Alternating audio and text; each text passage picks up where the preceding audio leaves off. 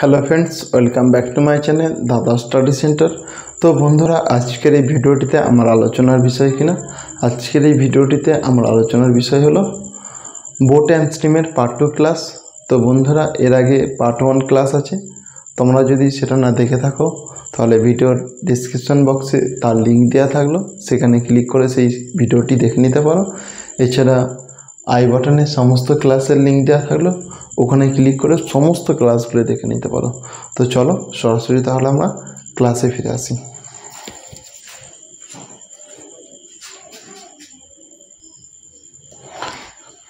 তো বন্ধুরা, আমাদের প্রথম প্রশ্ন অর্থাৎ 1 নম্বর প্রশ্নটি হলো a board is goes 7 kilometre upstream in 42 minutes. মানে হচ্ছে একটি নৌকা সেটা 7 কিলোমিটার গেছে আপস্ট্রিমে 7 কিলোমিটার গেছে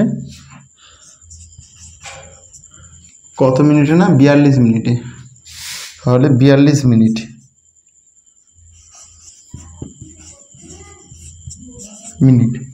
এরপর প্রশ্নতে বলেছে and the speed of the stream is 3 kilometre per hour. Speed of the stream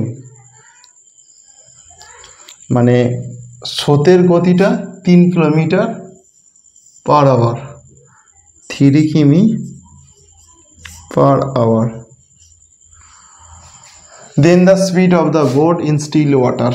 তাহলে যে স্টিল ওয়াটারে বোটের গতিটি কত হবে, এটাই প্রশ্ন। তো ভালো করে এখানটায় দেখা হবে। 7 কিলোমিটার গেছে, সেটা হচ্ছে 42 মিনিটে। তাহলে 42 মিনিটে 7 কিলোমিটার গেছে, 1 ঘন্টাতে কত গেছে আমাকে, কারণ যাই হিসাব করব সেটা ঘন্টাতে হিসাব করতে হবে, কারণ পার আওয়ার দেওয়া আছে। আর মিনিটটাকে তাহলে আমার ঘন্টাতে করতে হবে। তাহলে আমরা কি জানি, তার মানে এটা আমরা ঘুরিয়ে লিখতে পারি, 42 মিনিটে গেছে 7 কিলোমিটার। তাহলে 1 মিনিটে 7/42 কিমি, আর 60 মিনিটে তো 1 ঘন্টা, 60 মিনিটে 7/42 কিমি পার আওয়ার। তাহলে দেখো এই 60টা এখানটায় গুণ হয়ে যাবে। তাহলে দেখো 7 6 42, 6 10 60, তাহলে 10 kilometre per hour. 10 kilometre per hour হবে। 42 মিনিটে যদি 42 মিনিটে যদি 7 কিলোমিটার যায়, তাহলে 60 মিনিটে যাবে 10 কিলোমিটার। তাহলে দেখো 1 ঘন্টায় হচ্ছে এটা, 60 মিনিটে অর্থাৎ 1 ঘন্টায়। তো আমি এখানটায় কী লিখব, তাহলে 10 কিমি পার আওয়ার, কারণ 10 কিলোমিটার যায় 1 ঘন্টাতে, সেটা এখানে 1 ঘন্টা মানে 60 মিনিট। এটুকু ব্যাপার প্রত্যেকের কাছে ক্লিয়ার? ঠিক আছে, তাহলে এখানটায় দেখো প্রশ্নতে বলেছে যে স্টিল ওয়াটারে গতিটা কত ছিল, স্টিল ওয়াটারে বোটের গতি কত হবে। তো ভালো করে তোমরা লক্ষ্য করো, আমি আগের ক্লাসে বুঝিয়েছি যে আপ স্ট্রিমে যখন যাবে স্রোতটা মাইনাস হবে, আর ডাউন স্ট্রিমে যখন যাবে অর্থাৎ অনুকূলে যখন যাবে স্রোতটি প্লাস হবে।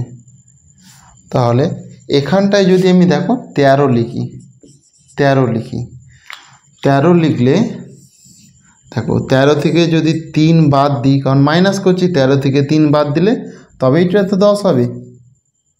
প্রত্যেকের কাছে ব্যাপারটা ক্লিয়ার? কারণ এইটার সঙ্গে এটা যোগ করে তো এটা স্টিল ওয়াটার হবে। তাহলে এখানটা যদি 13 লিখি, 13 থেকে যদি 3 বাদ দিই তাহলে এটা 10 কিলোমিটার হবে।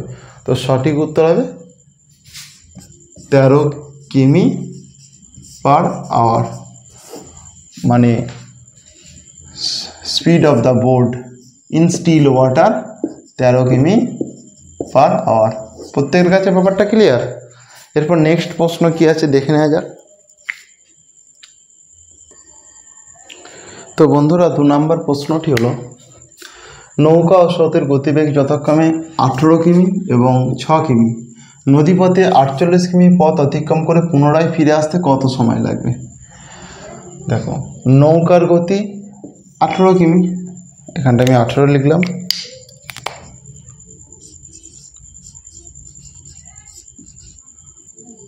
ঘন্টায় বলেছে মানে পার আওয়ার দিলাম ওই জন্য, মানে 1 ঘন্টায় 18 কিমি। এরপরে দেখো স্রোতের গতিবেগ 6 কিমি, মানে 1 ঘন্টায় 6 কিমি। তাহলে এই দিকটা দেখো প্লাস স্রোত 6 কিমি পার আওয়ার, আর এই দিকটা হলে মাইনাস 6 কিমি পার আওয়ার। আর গেছে আবার ফিরে এসেছে বলে আমি দুই দিকেই লিখলাম, কারণ বলেছে অতিক্রম করে পুনরায় ফিরে আসতে, ওই জন্য স্রোতটা আমি দুই দিকেই লিখলাম, স্রোতটা 6 বলে দিয়েছে ওখানে। এরপর হচ্ছে নদী পথে 48 কিলোমিটার পথ অতিক্রম করবে, মানে এখান থেকে এখান পর্যন্ত যাবে 48। তাহলে এটা যদি যাওয়ার সময় 48 যায়, তাকে কি 48 তো ফিরে আসতে হবে, এটা তো ফেরার পথ ডাউন স্ট্রিম, সেই জন্য আমি এখানে এই দিকটাতে 48 করলাম। মানে এই জিনিসটা এখানটায় ভালো করে দেখানোর জন্য করলাম আর কি। 48 মানে এখান থেকে স্টার্ট করে এখানে গেছে, আবার গিয়ে ধরো ফিরে আসবে, এটা মানে ডাউন স্ট্রিমে তখন ফিরে আসবে আপ স্ট্রিমে, মানে 48 যাবে 48 ফিরে আসবে। তো এরপরে যেটা দেখো স্টিল ওয়াটার তো 18, কারেন্ট তাকে 6 সাহায্য করেছে, মানে নৌকার গতি ছিল 18, স্রোতের গতি 6, মানে তাকে স্রোতের দিকে গেলে তবে 6 আরও সাহায্য করবে। তাহলে 18 আর 6 যোগ করলে কত হয়ে যাবে 24 কিলোমিটার পার আওয়ার। আর ঠিক একই জিনিস ফেরার সময় কি হবে না, 18 কিলোমিটার তো 18 কিলোমিটার পার আওয়ার বোটের গতি ছিল স্টিল ওয়াটারে, আর তাকে বাধা দেবে 6 বাধা দিলে তাহলে কি হয়ে যাবে, এটা 12 কিলোমিটার পার আওয়ার, মানে তাকে তো 6 বাধা দেবে, মানে মাইনাস করে দিলাম, তাহলে 18 থেকে 6 বাদ দিলে 12 কিলোমিটার পার আওয়ার হয়। কারণ স্রোতের দিকে স্রোত প্লাস নৌকা খুব তো ইজিলি যাওয়া যায়, তাকে 6 সাহায্য করছে। কিন্তু এটা যখন স্রোতের বিপরীত দিকে আসছে, এই যে স্রোতটা 6 এটা তখন পুরোপুরি বাধা দেবে, তাহলে -6 করতে হবে, সেই জন্য এই জায়গাটা 12 হলো। হয়তো অনেকজনের বুঝতে অসুবিধা হচ্ছিল, সেই জন্য আমি বলে দিলাম। দেখো এরপরে দেখো স্টিল ওয়াটার এখান থেকে এখান পর্যন্ত পথটার দূরত্ব কত, 48 কিলোমিটার দূরত্ব হতে পারে, তাকে যাওয়ার সময় গতি কত ছিল 24 কিলোমিটার পার আওয়ার, তো 48 কিমি হতে পারে, যাওয়ার সময় গতি ছিল 24 কিমি পার আওয়ার। তাহলে দেখো এই কিমি কেটে গেল, 24 দুগুণে 48, তাহলে 2 ঘন্টা লাগলো। এবার আসার সময় কতটা সময় লেগেছে সেটা দেখে নেবো। দেখো আসার সময় কি হয়েছে, গতিটা কমে সেটা 12 হয়ে গেছে, কিন্তু পথটা তো একই আছে 48, তাহলে 48 কিলোমিটার বাই 12 কিমি পার আওয়ার। তাহলে এই কিমি কেটে গেল, 12 4 48, 4 আওয়ার হয়ে গেল।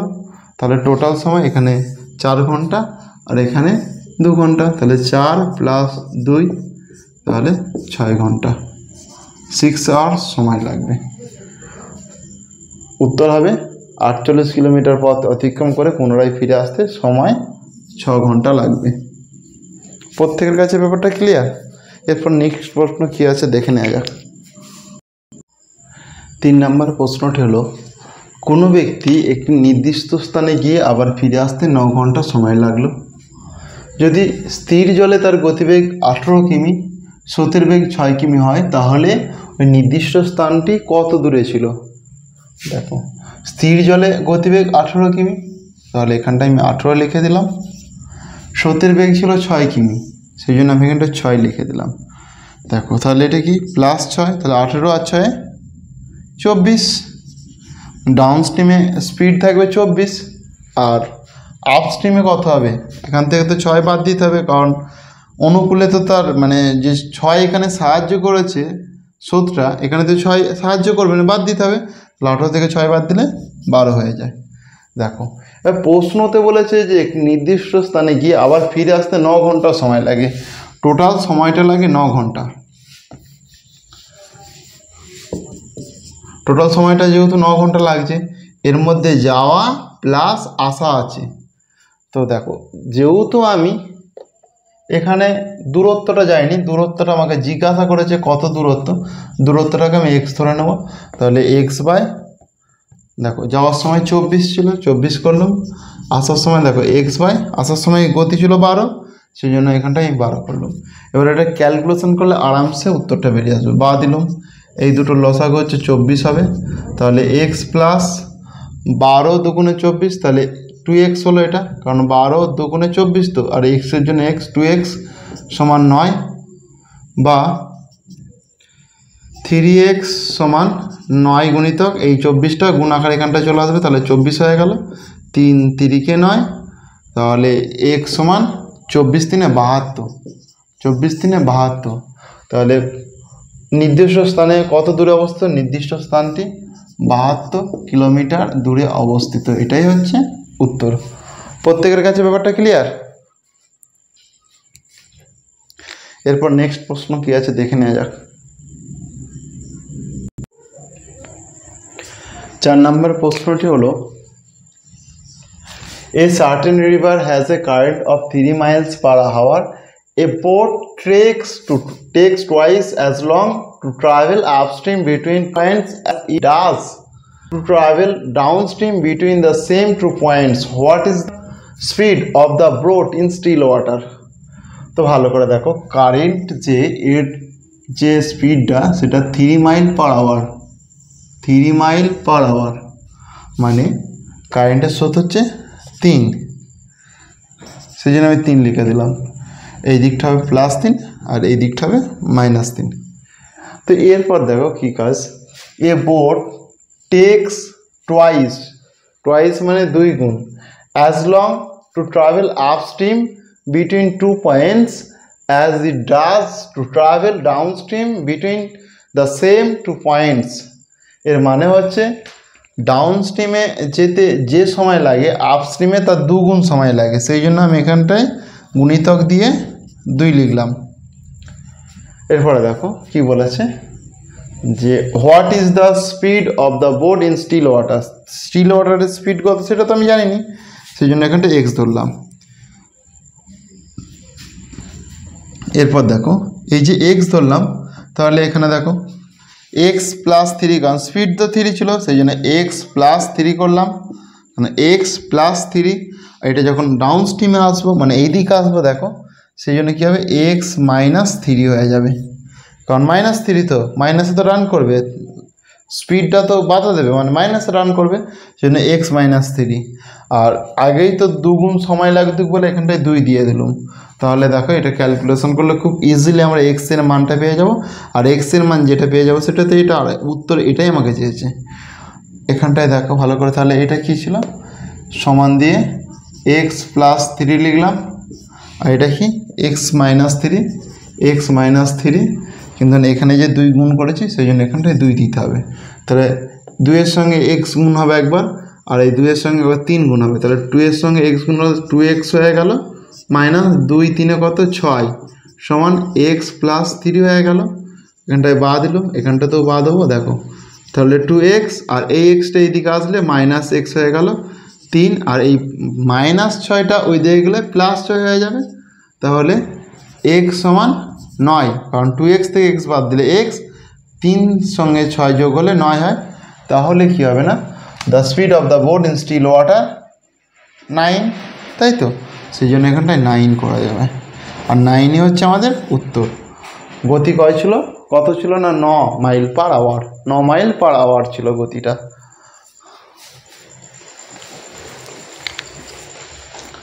প্রত্যেকের কাছে ব্যাপারটা ক্লিয়ার হয়েছে? Okay. A man can row boat at the rate of 4 km/h in still water. Still ওয়াটারে বোটের গতি থাকবে 4 km/h.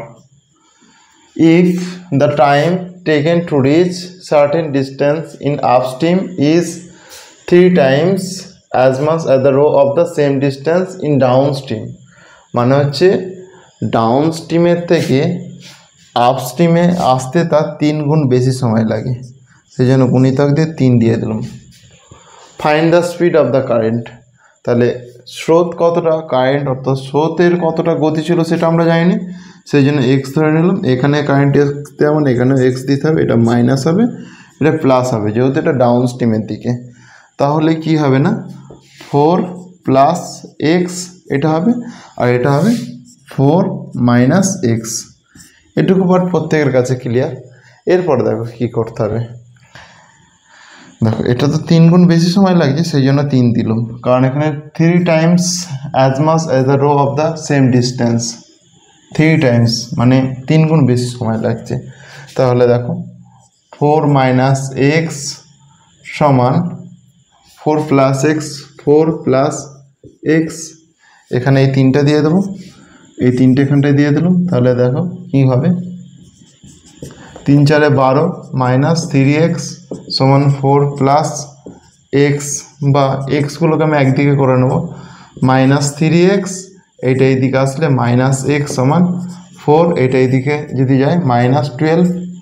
তাহলে দেখো মাইনাস 4x সমান মাইনাস 8, এই মাইনাস কাটা, 4 দুগুণে 8, এক্স সমান 2, এক্স সমান 2। তাহলে এক্সের মান 2 হবে, মানে current speed of the current water,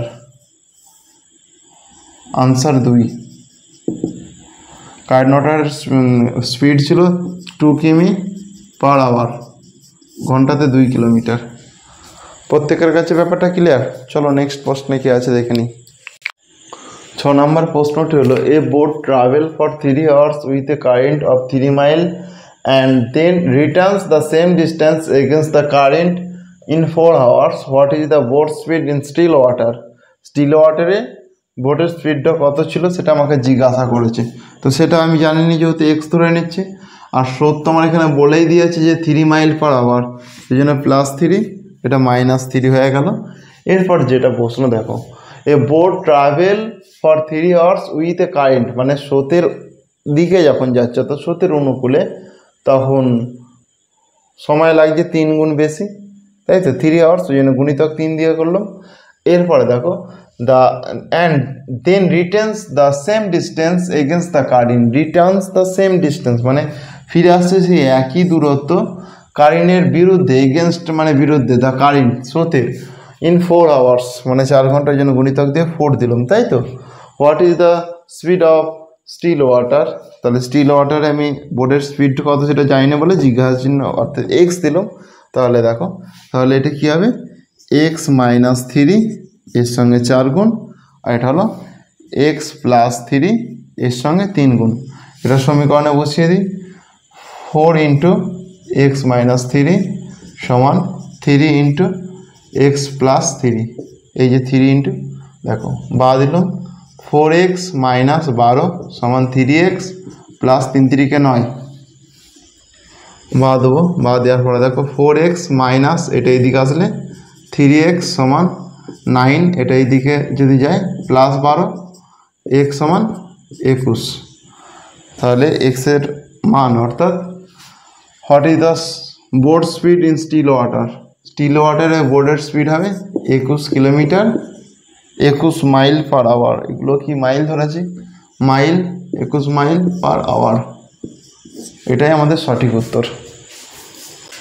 আজকের ক্লাসটি তোমাদের কেমন লাগলো তোমরা তা প্রত্যেকে কমেন্টে জানিও, আর ক্লাসটি যদি তোমাদের প্রকৃত ভালো লেগে থাকে তাহলে অবশ্যই তা বন্ধুবান্ধবদের মধ্যে শেয়ার করে থেকো। তো আজকের ক্লাসটি এখানেই শেষ করছি, পরের ক্লাসে আবার দেখা হবে। ওকে, গুড বাই বন্ধুরা, আসছি তাহলে।